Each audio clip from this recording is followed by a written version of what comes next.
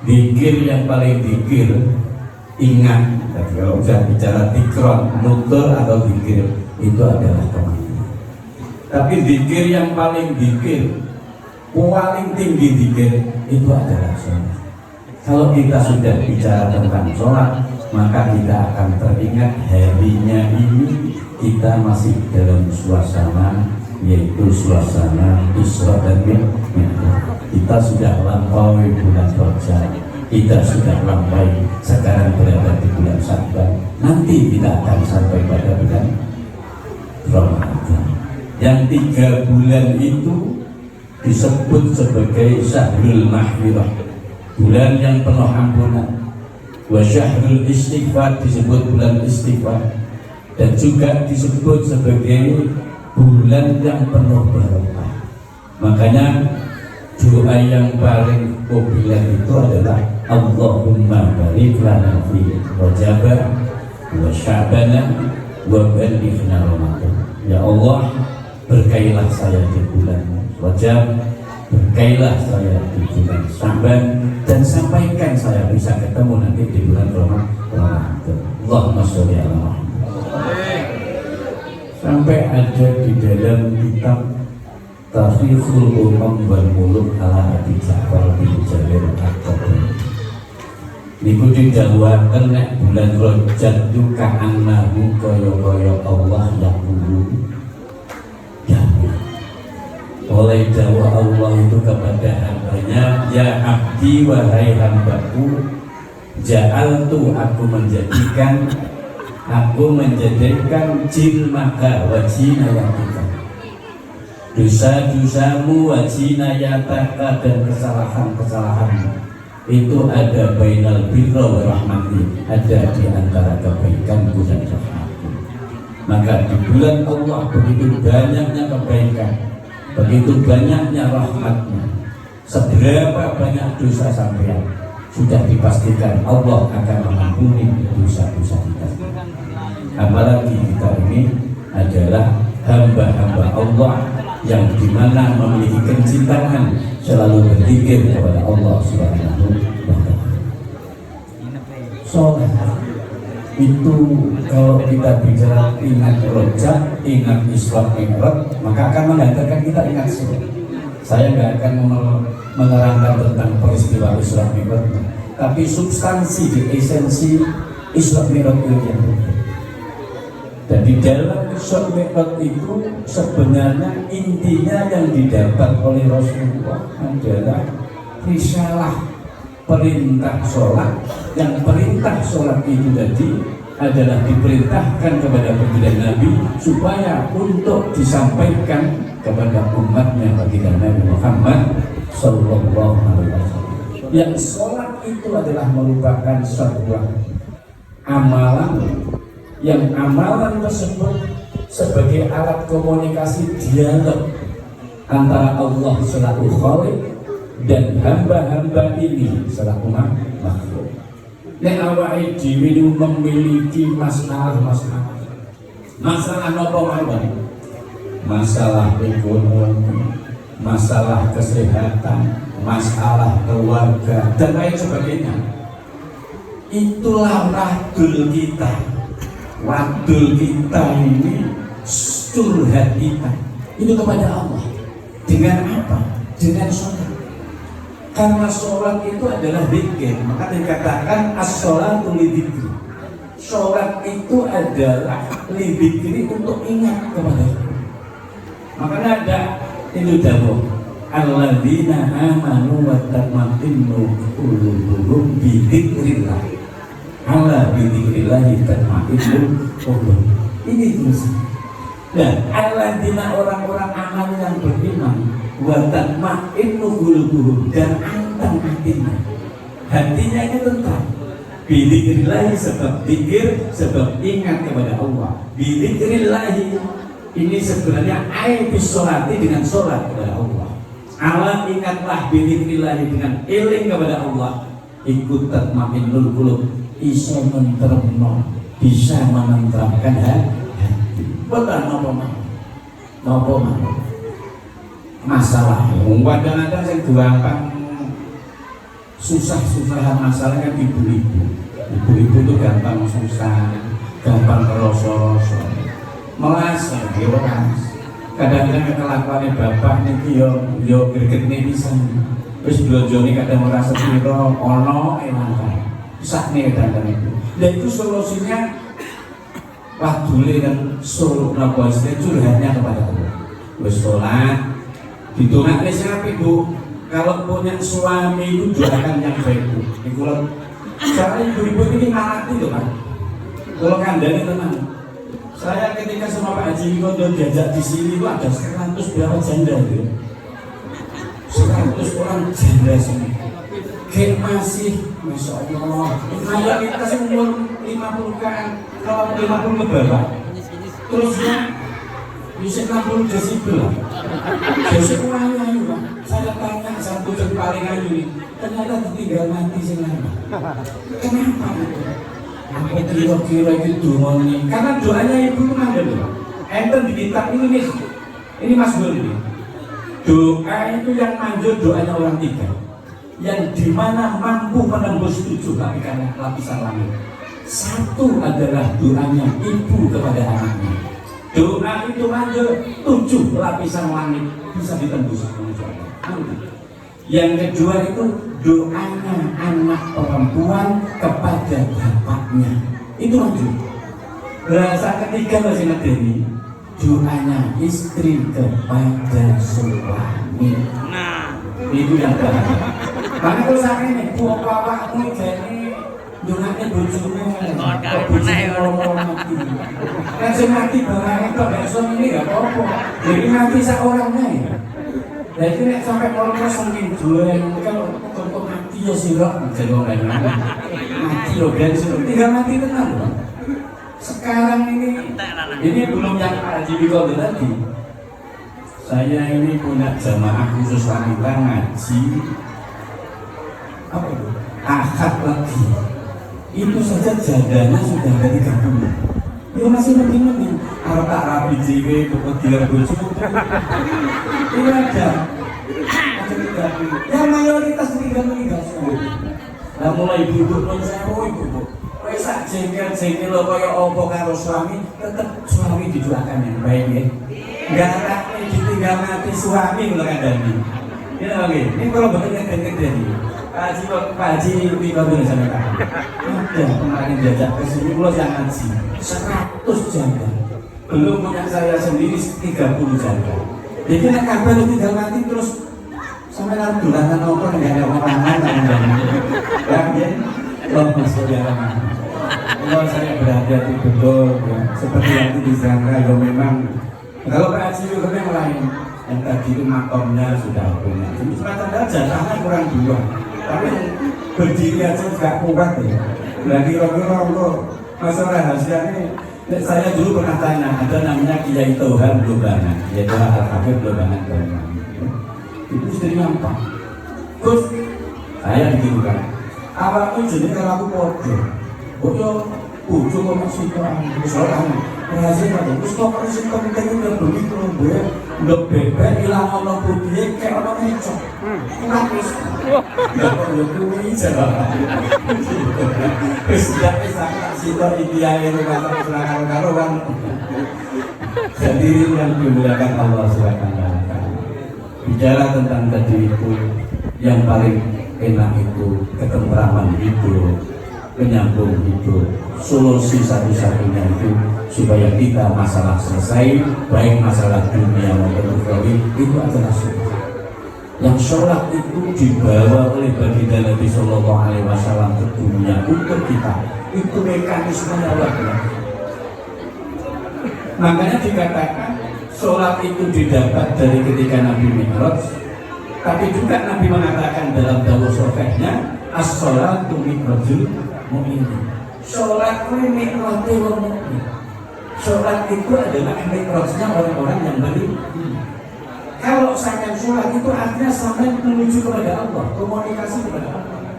Kalau itu yang didapat, berarti sampai sehari semalam itu yang wajib saja mi'raj kepada Allah sudah 5 kali, 5 waktu itu. Tapi kalau seperti yang dikatakan Siapa namanya itu Muhammad bin Ali Faqih Al-Muqaddam. Dia mengatakan mikrot selama 70 kali dalam semalam. Itu bodoh. Patut diingkari. Patut diingkari. Kalau kemarin ada klarifikasi dari Habib Taufik namanya. Dia menerangkan saya ini, padahal saya punya kitabnya Faqih Muqaddam, namanya Al-Ainiyah, Sarah Al-Ainiyah, sama Al-Buqatil Musyiqah, sama Al-Hulul, sama As-Suluk. Saya punya kitab-kitab itu, hampir semua narasi yang dibangun itu, namun sini itulah narasi-narasi yang berbau-bau. Rata-rata 95% saya berani mengatakan adalah wujud kebohongan dan kedustaan. Itu kitab-kitab karangan Allah Masya. Karena di dalamnya itu mengatakan ulijabi ila sidratil muntaha.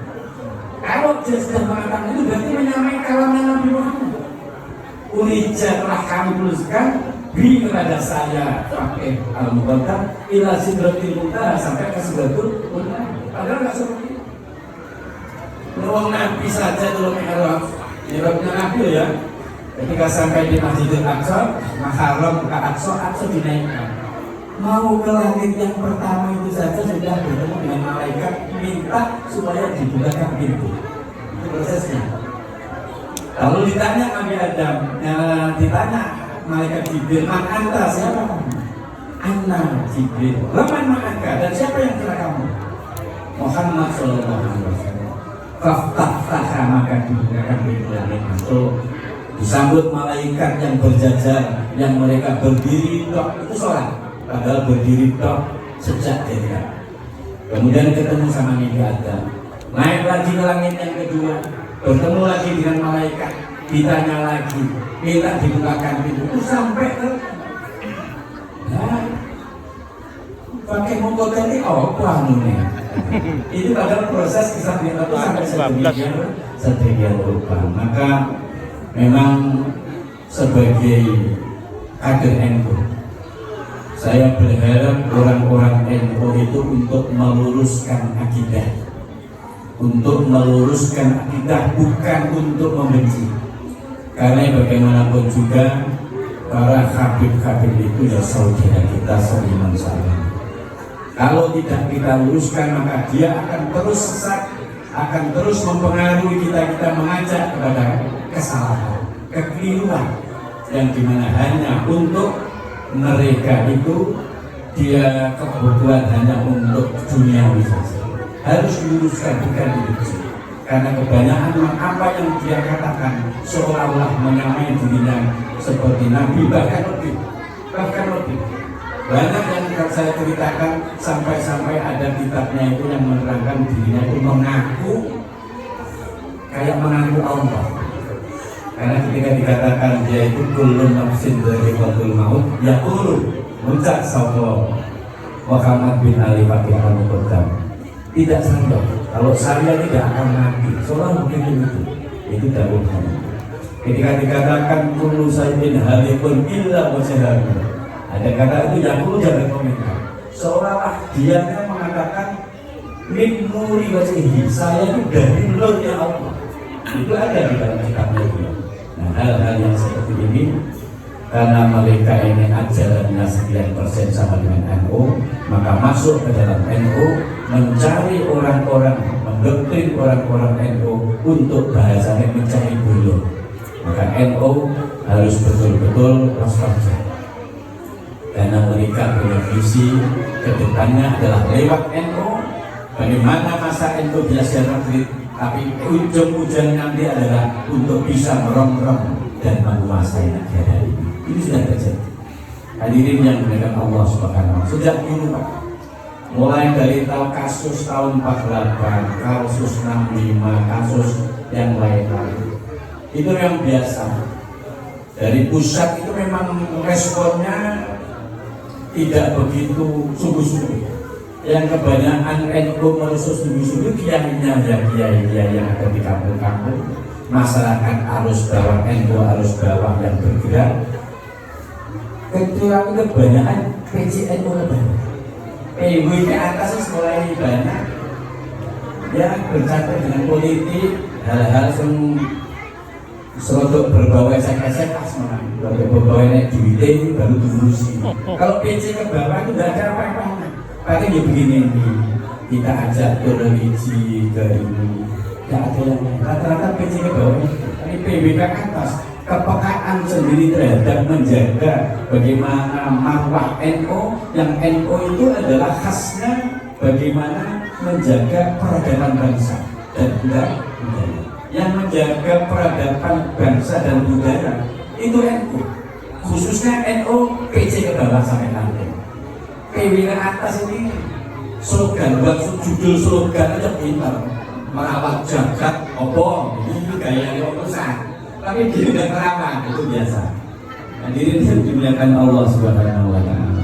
Maka daripada itu saran saya, PJNU utamanya, PJNU sekarang ini terlihat sekali MBC-nya supaya mendatangi majelis-majelis taklim yang ngaji, nek diundang ya pokok. Tapi kalau seandainya yang nggak datang Haji Suryati atau apa yang nggak bisa datang ke majelis taklim itu perlu nanti datang.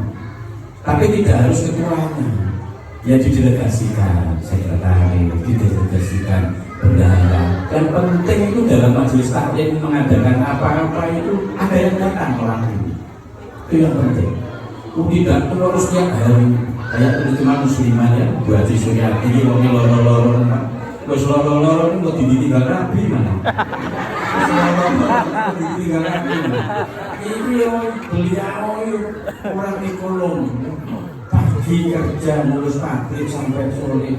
Kok kadang orang-orang ini tidak mau ngerti, ngundang harus datang. Ini didelegasikan Bu Sekretaris, wakili. Ya minimal seminggu keluar 2 kali. Jangan tiap hari keluar. Lalu loro jadi takdir itu bisa dirubah, siapa ngomong nggak bisa dirubah. Allah yang merubah, bukan kita. Yang bisa merubah takdir dan qadar itu adalah Allah. Tapi dengan permohonan kita dan usaha kita, lantas itu tidak akan bisa didapat illa bil jiddi wal sarqati, kecuali dengan sungguh-sungguh dan berusaha, maka akan bisa dirubah takdir tersebut. Allahumma shalli ala Muhammad. Hadirin yang dimuliakan Allah Subhanahu wa Ta'ala. Baginda Nabi Muhammad SAW itu bertanya. Suatu ketika ditanya, ya Rasulullah, ayyul a'malil afdal, ayu kunti Rasulullah al-a'mali beberapa amal al-afdalu yang lebih utama. Bahwa Rasulullah SAW, Rasulullah kemudian menjawab, shollu ala waktu, sholatlah tepat pada waktu. Itu amal yang paling penting. Yang kedua, birrul walidain, berbuat baik kepada kedua orang tua. Yang ketiga, jihad fisabilillah. Jihad itu bersungguh-sungguh menemani dalam menjalankan agama Allah. Ini 3 amal yang baik. Tepat sholat tepat pada waktu. Kalau agama sholat jamaah itu penting. Ciri khas umat Islam ini disebut Islam, benar-benar ketok Islamnya sholat. Tapi salafi sholatnya adalah berjamaah. Kalau tidak bisa berjamaah di mushola atau di masjid, sholatlah berjamaah di rumah. Di rumah istri itu didorong sebagai makmum, anak-anak didorong sebagai makmum. Itu yang benar. Karena apa? Karena tetap saja itu sholatul jamaah lo khairun. Sholat jamaah itu lebih baik min sholatil fardhi daripada sholat sendirian. Bisa pakai iman islim disebabkan karena 20 derajat, 27 apanya? Derajatan derajatnya. Ini yang menyebabkan sholat itu penting. Sampai Kanjeng Nabi itu ngaturakan as-sholatu ma'rufati. Sholat itu adalah amal yang paling diridhoi oleh Allah. Kemudian yang kedua, Nabi mengatakan as-sholatu hubbul malaikat, kecintaan dan hobinya para malaikat. Wa qabulul a'mali, dan sholat itu yang menjadi diterimanya oleh Allah beberapa amal-amal kita. Kemudian yang keempat, Nabi mengatakan as-sholatu barokatun fil a'mali wal mali wal kasbi. Sholat itu yang bisa menjadikan barokah barokah fil amali pada apa-apa yang kita amal, apa-apa yang kita lakukan itu jadi berkah awake dhewe. Wal mali dan harta, harta ini menjadi berkah awake dhewe sholat. Wis ahli sholat kok yo sik luman, kok yo sik napa dermawan, itu luar biasa. Karena kelumanan kedermawan orang itu tidak akan pernah berkurang hartanya, malah tambah, malah iya. Itu fakta janji Allah Subhanahu wa taala. Kemudian wa barakatun fil mali wal kasbi, yang menjadi berkah atas usaha, hasil usaha yang telah mereka kerjakan. Kalau saya sering katakan, kalau akhir-akhir ini komunitas jamaah NU itu tidak sama dengan yang dulu-dulu. Dulu itu bayarnya kita miskin, marah, kemudian pada pikir NU kayaknya pantas dulu. Tapi sekarang itu sudah banyak pengusaha, kaum agni, orang-orang yang berkecukupan, orang-orang kaya dari NU itu sudah banyak. Kalau dulu, ya sekarang juga ada orangnya kalau sudah ekonominya mulai membaik, produknya ke arah NU. Gayanya saatnya belum sarungan, colongan, gayanya ditonjolkan, produk ke Muhammadiyah, kemudian Siti, itu yang terkait pasar. Wah kan, itu oh iya, saya suka itu. Jadi dia suka soalnya belum NU, jadi kan sarungan itu NU. Oke, kayak kalau sarungan pantas narak, kalau sarungan nggak pantas suka kayak kurang ada. Kalau orang NU ini diprinsipkan harus kaya. Kita menjadi orang NU, menjadi orang Islam harus kaya supaya bisa memperkuat. Karena ada dugaan, saya itu mengikuti ceramahnya Mahathir Mohamad. Mahathir Mohamad itu mantan Perdana Menteri Malaysia, menuduh bahwasanya Islam dengan ustadz-ustadznya itu menghambat kemajuan dunia. Wah, apa maksudnya? Karena para ustadz, orang-orang yang memegang peranan dalam organisasi Islam selalu mensiarkan akhirat, seolah-olah dunia itu tidak penting. Itu katanya Mahathir Mohamad. Makanya waktu itu saya tanggapi, tolong disiarkan ini. Karena bukan begitu, kita tahu kalau dunia majalatul akhir, dunia itu tempat bercocok tanam untuk akhir. Makanya yang kadang-kadang ya nggak salah juga. Galah juga Mahathir Mohamad. Karena kadang-kadang kalau kita ini suka mau maju sejati, saya ini ke dunia. Oh enggak, Sayyidina Utsman itu kaya-kayanya orang. Abdurrahman bin Auf itu kaya-kayanya orang. Nabi Sulaiman loh paling kaya, tidak ada yang lain. Tapi dia tetap tidak menjadikan kekayaannya itu sesuatu yang dicintai. Tetap zuhud. Tapi kita ini harus kaya, yang tidak boleh itu mencintai dunia. Nah ini baliknya Haji Konto. Haji Konto itu ngomong makanya lawan mati ya diurusi dari teko ya san. Sing mati diurusi, orang lebih-lebih. Ini jadi langkah adalah. Kalau saya berharap umat Islam khususnya NU harus memiliki pemikiran perekonomian yang kuat, yang up to date supaya kuat. Karena apa ya, emang tidak bisa dibohongi, orang itu kalau kuat ekonominya otomatis agamanya kuat. Tapi kalau orang itu tidak kuat, diuji kefakiran, kemiskinan, malah akan mendorong orang itu jadi kufur. Karena dikatakan bahwasanya itu kemaratan itu ya dekat sekali dengan keburukan. Mulai saat itu pertemuan kita semuanya di majelis religi wisata religi di Kondo ini menginspirasi kita menjadi orang-orang yang lebih berkonsentrasi untuk memajukan Islam, utamanya ya NU.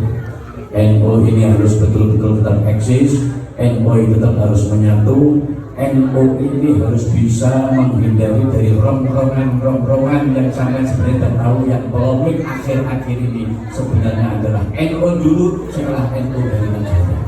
Maka kita harus paham, mudah-mudahan keberadaan kita yang sekarang ini kita berada di majelis wisata religi ini, mudah-mudahan menjadi amal soleh Bapak Haji Wikondo, dan saya tetap berharap PJNO adalah tetap maju, tidak seperti yang kemarin-kemarin. Sekarang ini PJNO Muslimat NU jauh lebih baik dibanding yang kemarin-kemarin. Itulah yang bisa sampaikan, kurang lebih bulan-bulan Bapak Akhirul kalam, wassalamualaikum warahmatullahi wabarakatuh.